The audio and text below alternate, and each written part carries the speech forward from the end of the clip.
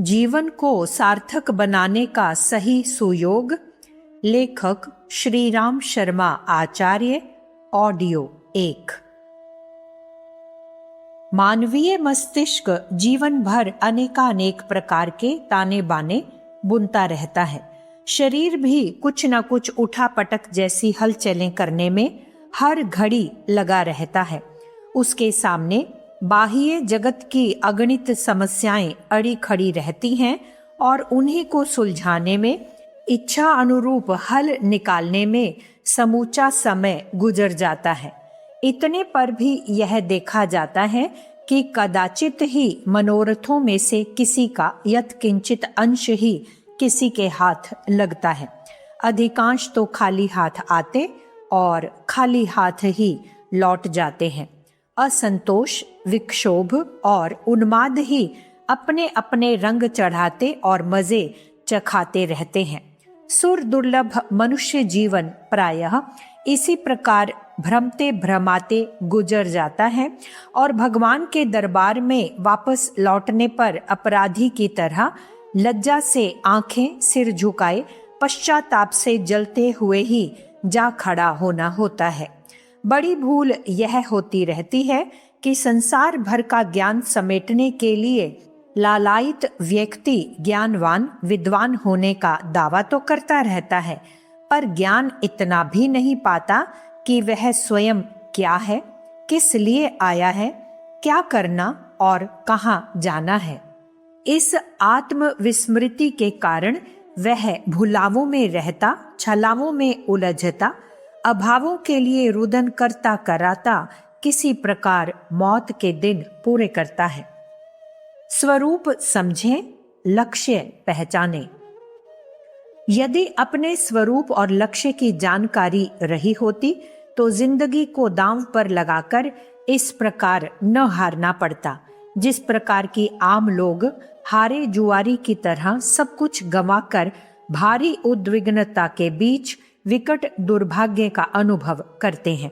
अपने को चतुर और समर्थ समझने वालों तक को जब ऐसी दुर्गति के बीच दिन गुजारने पड़ते हैं, तब उन नर वानरों के संबंध में क्या कहा जाए जो पेट और प्रजनन के अतिरिक्त और कुछ सोच या कर ही नहीं पाते, जिन्हें कोल्हू की तरह पिलते और पिलाते रहना ही भाग्य समझकर किसी प्रकार जीवित रहना पड़ता है।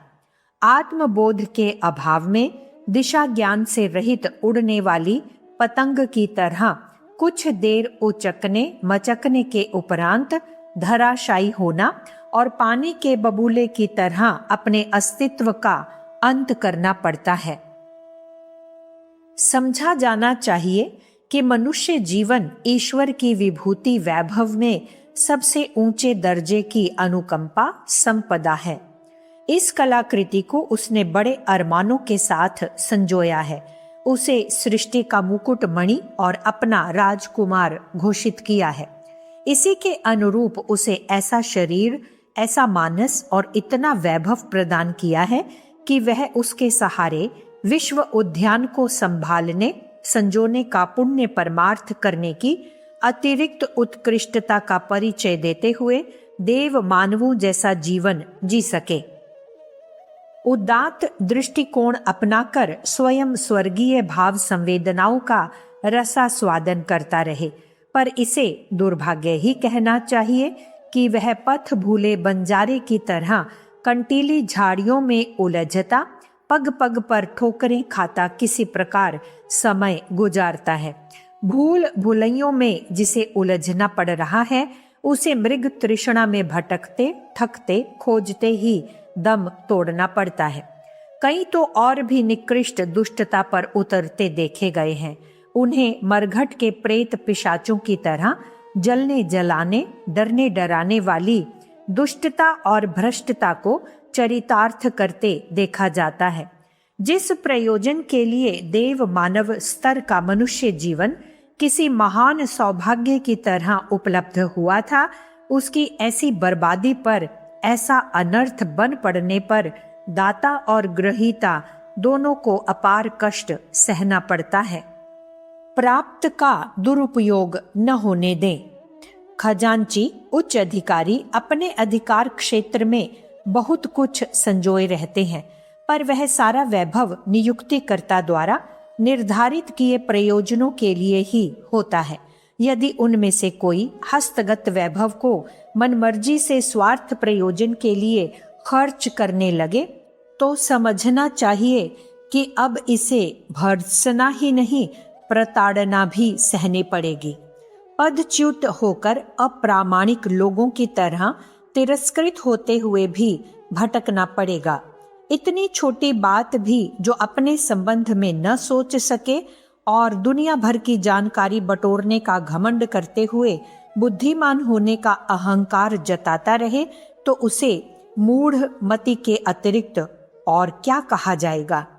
जन्मा, कुछ दिन खेला कूदा, किशोरावस्था आने पर कल्पना की रंगीली उड़ाने भरना, युवा होते होते विवाह बंधनों में बंधना, जो बोझ लादा उसे वहन करते रहने के लिए दिन रात कमाने के लिए खटते रहना, बढ़ाए हुए परिवार की बढ़ती समस्याओं को जिस तिस प्रकार किसी हद तक सुलझाना, ढलती आयु के साथ अशक्तता और रुग्णता का चढ़ दौड़ना, समर्थ संतानों द्वारा समस्त वैभव पर कब्जा जमा लेना, स्वयं को असहाय अपमानित स्थिति में दिन गुजारने के लिए बाधित होना और रोते कलपते मौत द्वारा दबोच लिया जाना, क्या यही है आम लोगों की नियति? इस बीच सुखद संभावनाओं की आशा तो जब तब बंधती रहती है, पर उसकी झलक झांकी तो क्षण भर के लिए सामने प्रकट हस्तगत होने से पहले ही तिरोहित हो जाती है। तृष्णा अपनी जगह ज्यों की त्यों बनी रहती है। एक आकांक्षा पूरी होने से पहले ही 10 और नई उपज खड़ी होती हैं। इस प्रकार अभाव और असंतोष की स्थिति ही बनी रहती है। बाहर के लोगों को सुखी और संपन्न दिखने वाला भी भीतर कितना अशांत और उद्विग्न है, इस वस्तु स्थिति को कोई क्या समझे। अपने आसपास की ही वास्तविकता से कोसों दूर भ्रांतियों में उलझे रहकर अधिकांश लोगों से तो आत्मसमीक्षा तक नहीं बन पड़ती।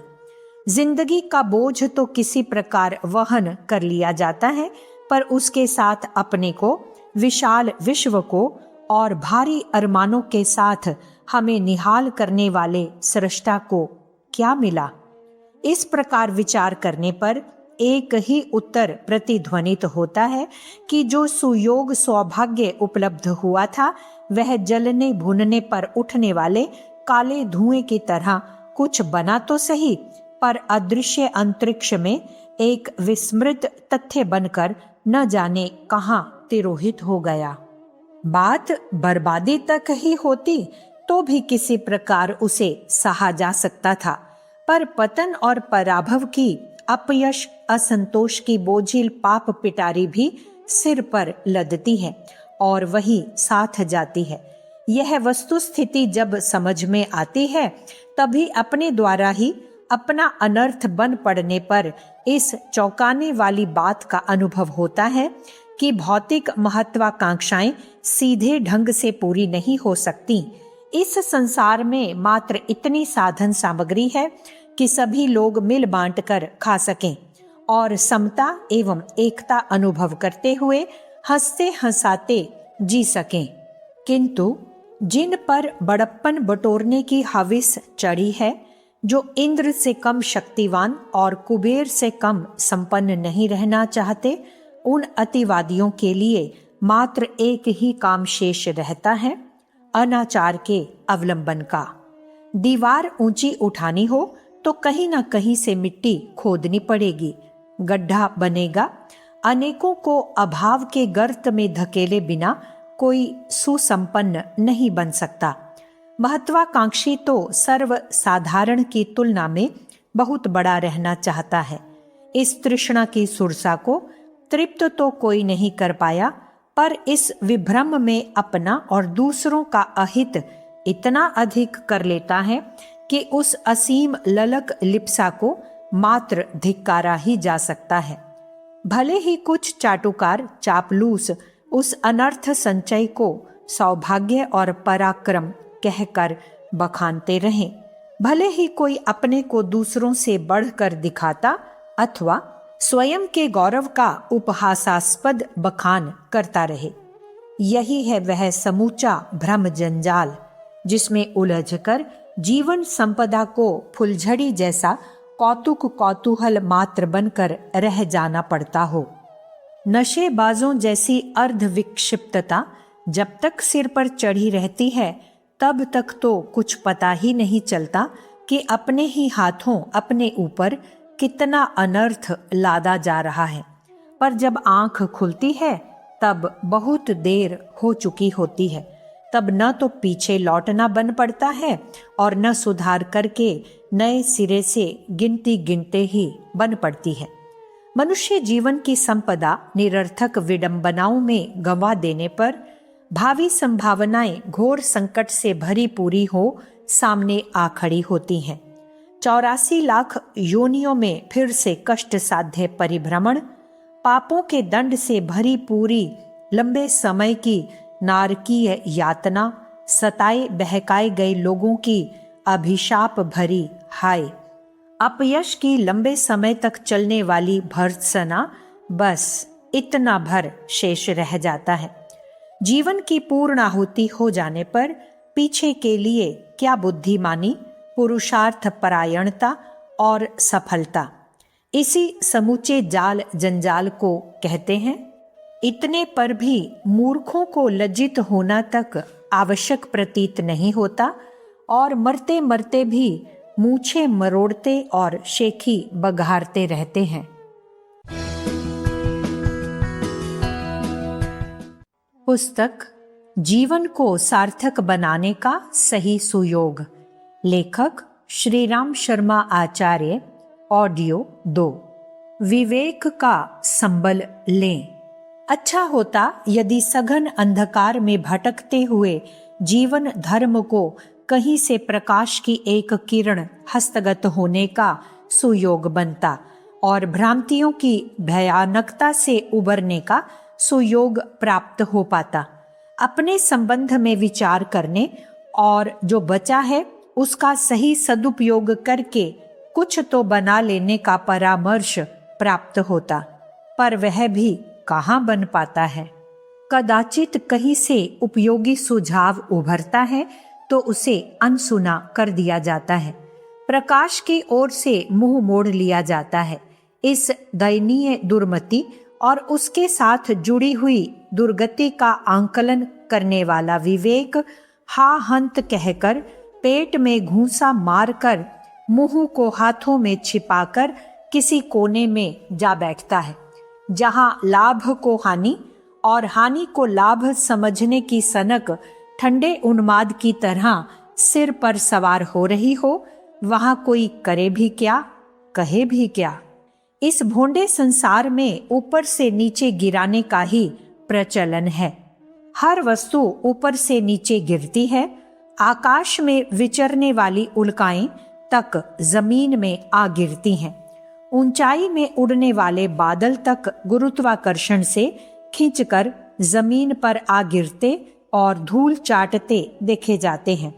आदम हव्वा तक ऊपर से नीचे कूद पड़े थे। हिमालय की बर्फ पिघलकर गहरे गड्ढों वाली नदी बनकर ही खारे समुद्र में जा मिलती है, जिसका पानी पशु पक्षी तक नहीं पीते।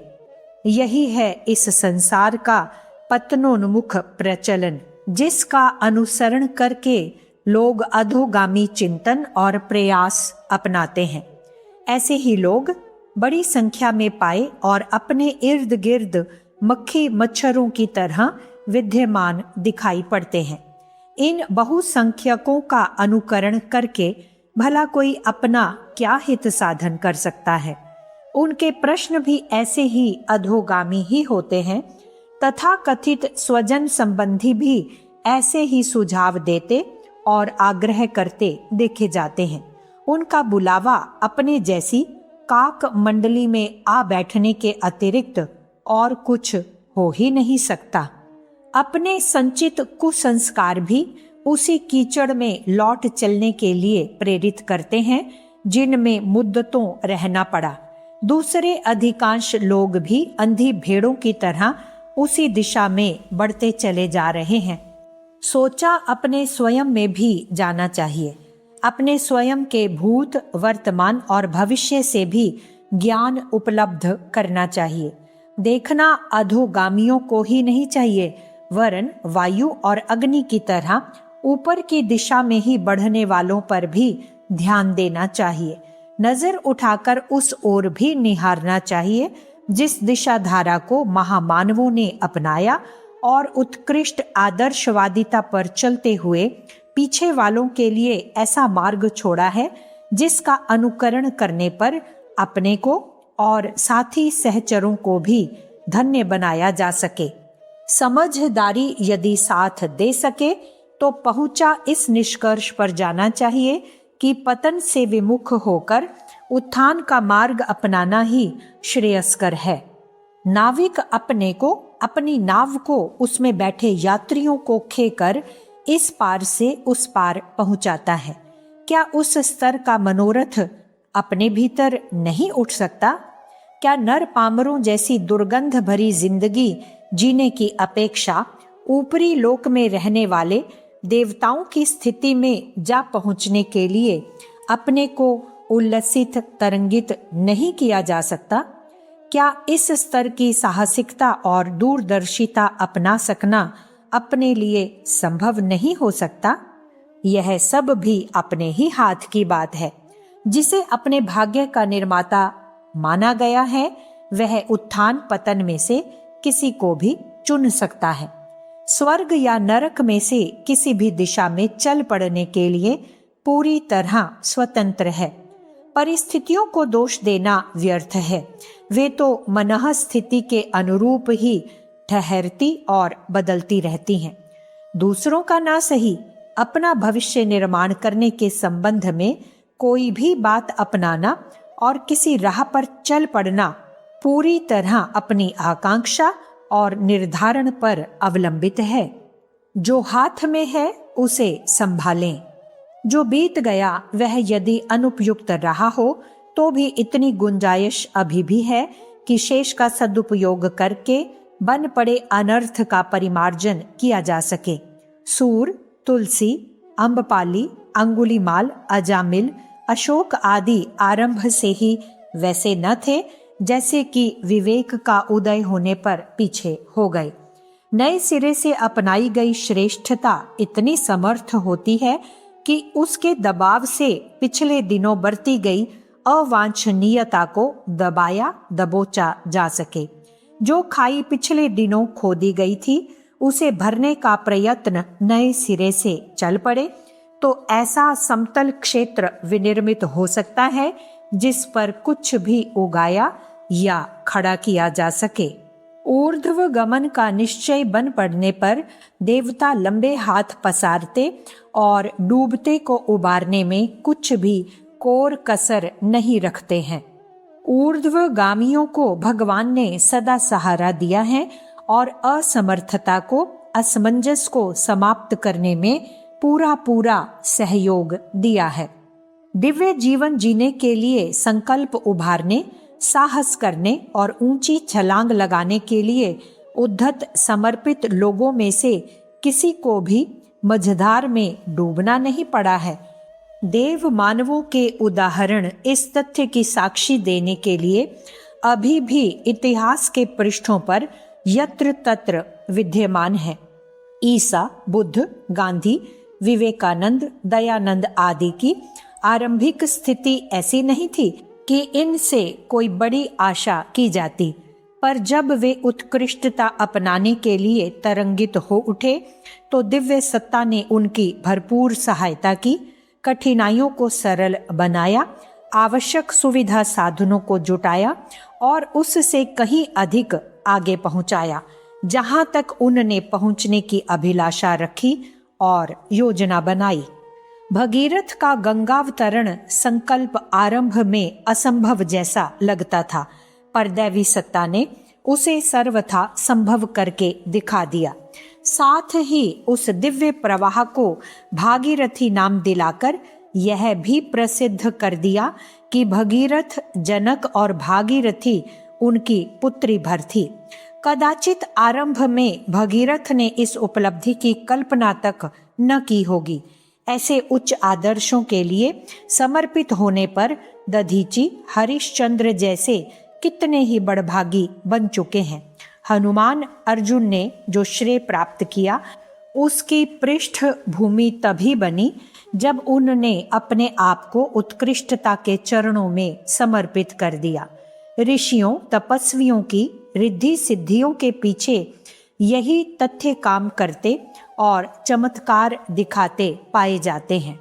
ईश्वर को मनुहार करके या छुटपुट उपहार देकर फुसलाया नहीं जा सकता, न उसे छुटपुट कर्म कांडों के सहारे चंगुल में फंसाया जा सकता है। किन्हीं की बकवाद भी उस सर्वज्ञ को किसी के उद्देश्य के संबंध में बहका नहीं सकती। व्यक्ति के चिंतन और कर्म की दिशा धारा ही उसे प्रभावित करने और सहयोगी बनाने में सफल हो सकते हैं। महामनीषियों ने इसी लक्ष्य को समझा और समझाया है। वर्तमान सुयोग समझें। इन दिनों एक अद्भुत सुयोग संयोग है। ईश्वर इस संसार की वर्तमान परिस्थितियों का कायाकल्प करना चाहता है। युग परिवर्तन की सुनिश्चित योजना उसने बना ली है। 21वीं सदी में उस नियोजन का अधिकांश भाग पूरा हो चुका होगा। यही समय है जब भगवान के सहचर होकर उसका हाथ बटा सकते हैं। वह सौभाग्य प्राप्त कर सकते हैं जो कभी केवट, शबरी, गीध, गिलहरी ने भौतिक दृष्टि से असमर्थ होते हुए भी अपनी भावनाओं को क्रिया रूप में परिणत करके पाया था। उनमें से कोई घाटे में नहीं रहा। सुग्रीव और विभीषण भगवान के सहयोगी बनकर घाटे में नहीं रहे। सुदामा को अपनी बगल में दबी हुई चावल की पोटली तो सौंपनी पड़ी, पर बदले में उसने फूस छप्पर वाली झोपड़ी को द्वारिका के रूप में परिवर्तित और सुसज्जित पाया। कल परसों गुजरात वीरपुर के जलाराम बापा अक्षय अन्न भंडार की झोली पा चुके हैं। उनने अपना समूचा साधन और वैभव भगवत प्रयोजन के लिए समर्पित जो किया था। यशोधरा के पुत्र राहुल और अशोक की पुत्री संघमित्रा ने तथागत के संकेतों पर अपने को निछावर करके वह श्रेय पाया जिसे कदाचित वे सामान्य जनों जैसा संकीर्ण स्वार्थपरक जीवन जीते हुए किसी प्रकार पा नहीं सकते थे। बुद्ध और गांधी की सफलताओं के पीछे भी यही तथ्य काम करते हुए देखा जा सकता है। ईश्वरीय शक्ति तथा अनुकंपा तो मनुष्य मात्र के लिए उपलब्ध रहती है। अर्जुन का रथ हाँकने वाला अभी भी खोजबीन में है कि कोई ऐसा और मिले जिसका सारथी बनने का उसे सुयोग मिल सके।